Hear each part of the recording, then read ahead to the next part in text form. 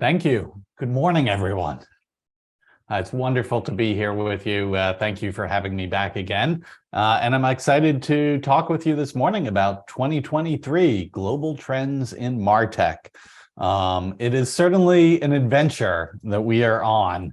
So welcome to the adventure that is MarTech and the evolution of modern marketing. 2022 has been a challenging year, right? We've been coming out of a pandemic, the global economy perhaps sliding towards a recession. There's been geopolitical conflict. There's been the rise of NFTs, the fall of NFTs, maybe the rise again, the metaverse rise, the metaverse fall, the metaverse maybe rise again, Twitter craziness, the great resignation. And as we go into 2023, it looks like it's going to be a pretty wild ride ahead there too. You know, in marketing, a lot of budgets are tightened, performance is challenged, media is fragmented, talent is stretched thin. The global economy is kind of unknown at the moment. And yet, in spite of all of this, technology, particularly marketing technology, continues to change rapidly. So in the face of all of this, I ask you, how are you doing? I hope you are doing well. This is a challenging time, but you know, challenging times are what help forge innovation. From this crucible that we are in, we forge the future together. And it remains such an exciting time for us in marketing because we are rewriting the future of what this profession looks like. So for today's session, I'd like to cover a few different sections. First, I want to give you an update on the current MarTech landscape and some of the patterns we are seeing evolving there. We'll then do a deep dive on 4 to 5 what I see as major trends happening in the MarTech industry, particularly for 2023. And then we'll talk a little bit about frameworks for managing this change and this ongoing evolution, and then end with some closing thoughts. And I'll be back with you a little bit later this morning here in a panel discussion as well. So let's dive right in, talking about the current MarTech landscape. Someone had a tweet the other day. They were saying, do they still publish that annual scrambled egg mapping of the MarTech landscape? And yes, we do. It's been quite a crazy evolution of this landscape, you know, from 2011, where we mapped out about 150 marketing technology solutions, to a version we published this past spring that had 9,932. It's gotten so large that in trying to fit it on a single slide, we can no longer use the full logos of the companies. We have to use the little favorite icons, fave icons from their websites. I mean, this is amazing growth. You know, we all know that marketing has changed and changed dramatically over the past decade, but it's sometimes hard to quantify just how much change we have all been through. And in some ways, I do feel like this growth of the MarTech landscape is one artifact that helps quantify just how much change marketing has gone through. And so in one way of looking at it, marketing has gone through 6,611%, change over this past decade, which is pretty wild. Myself and my collaborator on the MarTech landscape, Franz Ramirsma, we actually, in addition to the slide, we created this year an interactive version of the landscape. It's free if you wish to, sign up for it. And this will actually now let you search and filter through that different landscape, which with some of the updates we made here in this past month has now exceeded 10,000 solutions. And I know this is surprisingly still not complete. There are plenty more solutions out there. Actually, if you want to contribute some solutions to this landscape, we invite you to do that as well. So one of the things we did this past month is we partnered with a couple of data firms, one of which is a company called G2 that collects reviews, ratings and reviews on well over 100,000 software products out there, including a lot of marketing technology products, and another company called Clearbit that provides firmographic information about like when companies were founded and roughly how much revenue they have or how many employees they have. And so we got these data sets from G2 and Clearbit, and we were able to map them to our database of all these different marketing technology companies. And so it was really interesting to start to look at some of these patterns where we could see, okay, well, MarTech companies in that landscape, you know, how long have they been around? And surprisingly, some of these categories, you know, things around, you know, advertising platforms and public relations platforms have been around quite some time. You know, the oldest MarTech categories are in ad tech, which might mean it's time for disruption there.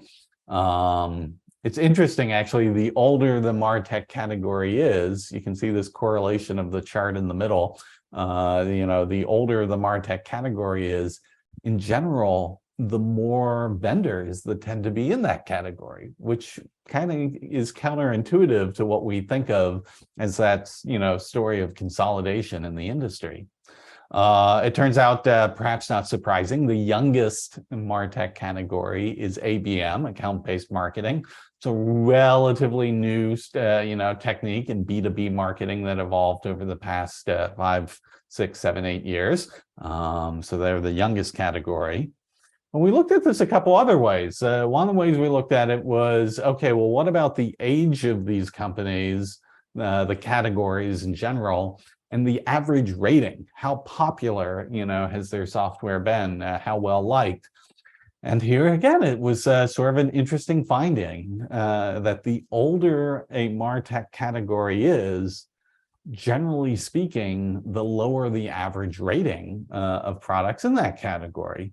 In fact, the lowest scoring category was for display and programmatic advertising. You know, while as the relatively new category of video advertising tend to have, you know, some of the higher scores. Again, very interesting that, you know, as these categories age, the degree to which they're liked, you know, in popular ratings tends to decrease. And that kind of makes sense, right? This is, you know, we think of MarTech as a very rapidly evolving landscape. And so I think for older vendors in the space, it is a constant challenge to stay up to date with the expectations of your customers.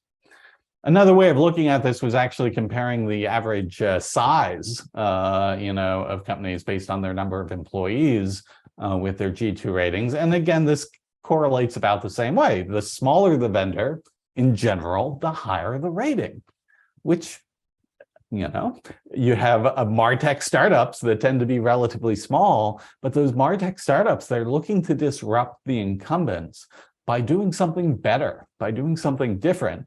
And as a result, that finding some new and innovative way to solve a particular need, a particular capability that marketers are looking for, tends to result in them getting higher ratings. So again, this is sort of data that helps really ratify the patterns that we have seen again and again over the past decade of MarTech, which is, even while you hear of large companies acquiring other companies and there being certain forces of consolidation, we see this constant renewal of new startups continuing to come into the space and innovate.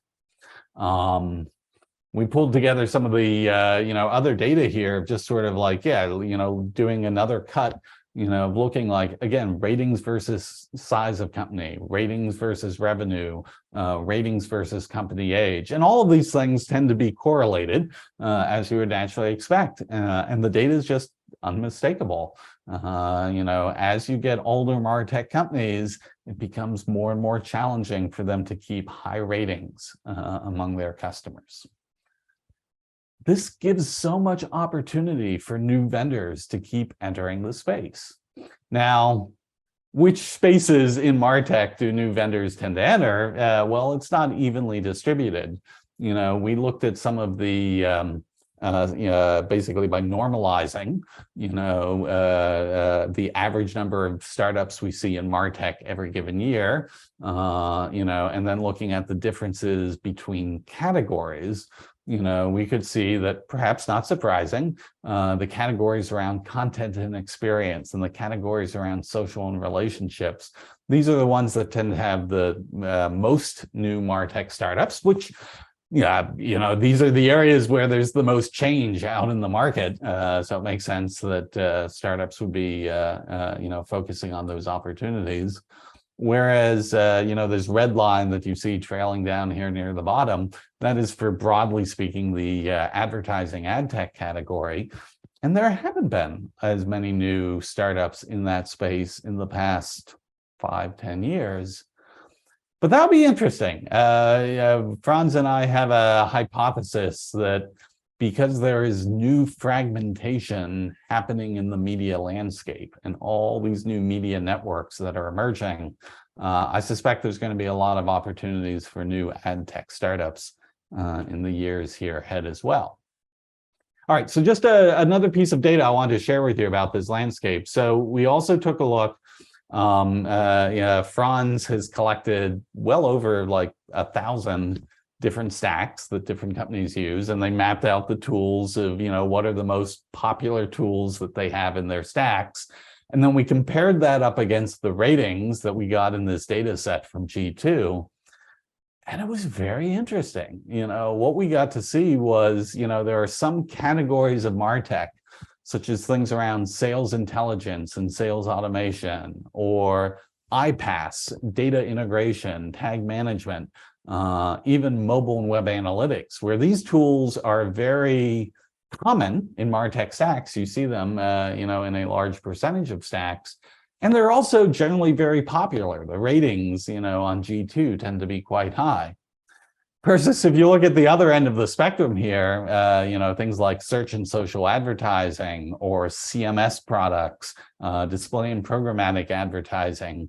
Well, these things are popular too, in the sense that they are represented in a large number of stacks, but they're not particularly well liked. They tend to have, relatively lower ratings.